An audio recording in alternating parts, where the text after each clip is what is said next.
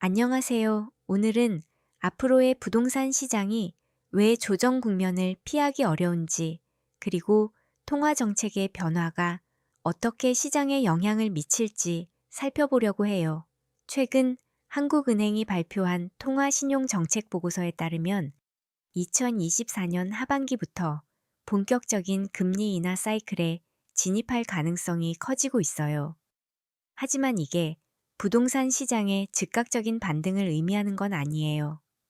오히려 더 큰 조정의 시작일 수 있다는 게 전문가들의 분석이죠. 지금 부동산 시장은 정말 미묘한 균형점에 서 있어요. 2023년 기준으로 서울 아파트 매매 가격 지수는 전년 대비 약 5.2% 하락했는데요. 이는 2008년 금융위기 이후 가장 큰 폭의 하락이에요. KB국민은행 부동산 리포트를 보면 서울의 평균 아파트 가격 대비 가구 소득 배율이 15.3배에 달한다고 해요.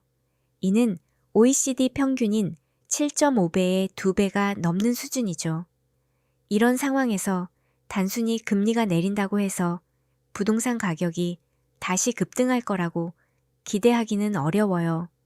오히려 그동안 미뤄졌던 가격 조정이 본격화될 가능성이 더 크다고 봐요. 통화 정책의 피벗, 즉 방향 전환이 연속적으로 일어나고 있는 것도 주목해야 할 포인트예요. 미국 연준은 2023년 하반기까지 기준금리를 5.5%까지 올렸다가 이제는 인하를 검토하고 있어요. 한국은행도 비슷한 패턴을 보이고 있죠. 문제는 이런 급격한 정책 변화가 시장의 혼란을 가중시킨다는 거예요. 신한은행 부동산투자지원센터의 하명진 센터장은 통화정책의 잦은 변경은 투자자들의 기대 심리를 불안정하게 만들어 결과적으로 시장의 변동성만 키운다고 지적했어요. 실제로 2022년부터 2023년까지 1년 반 동안 무려 7번의 기준금리 조정이 있었는데 이는 역대 가장 빈번한 수준이에요. 그렇다면 이런 상황에서 우리는 어떤 전략을 취해야 할까요? 첫째, 레버리지를 줄이는 게 중요해요. 현재 가계부채 규모가 GDP 대비 105%를 넘어서고 있는데 이는 선진국 중에서도 최상위권이에요. 금리가 높은 상황에서 과도한 대출은 독이 될 수 있어요. 둘째, 실거주 목적이 아닌 투자 목적의 부동산 구매는 신중하게 접근해야 해요. 국토연구원의 분석에 따르면 향후 2-3년간 수도권 주택 공급량이 연평균 30만 호를 넘어설 전망이에요. 공급 과잉 우려가 현실화될 수 있다는 뜻이죠. 셋째, 포트폴리오 다변화를 고려해 보세요. 부동산에만 올인하기보다는 채권, 리츠, 해외 자산 등으로 분산 투자하는 게 리스크 관리 측면에서 유리해요.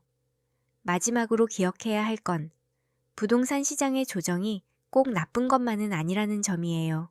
건전한 가격 조정은 장기적으로 시장의 지속 가능성을 높이고 실수요자들에게 기회를 제공할 수 있어요.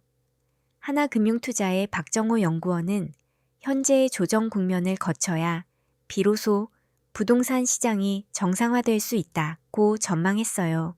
중요한 건 감정적인 판단보다는 객관적인 데이터와 자신의 재무 상황을 기반으로 합리적인 결정을 내리는 거예요.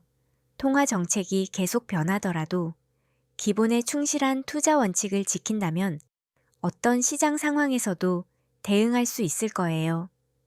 오늘 말씀드린 내용이 여러분의 현명한 투자 결정에 도움이 되길 바라요.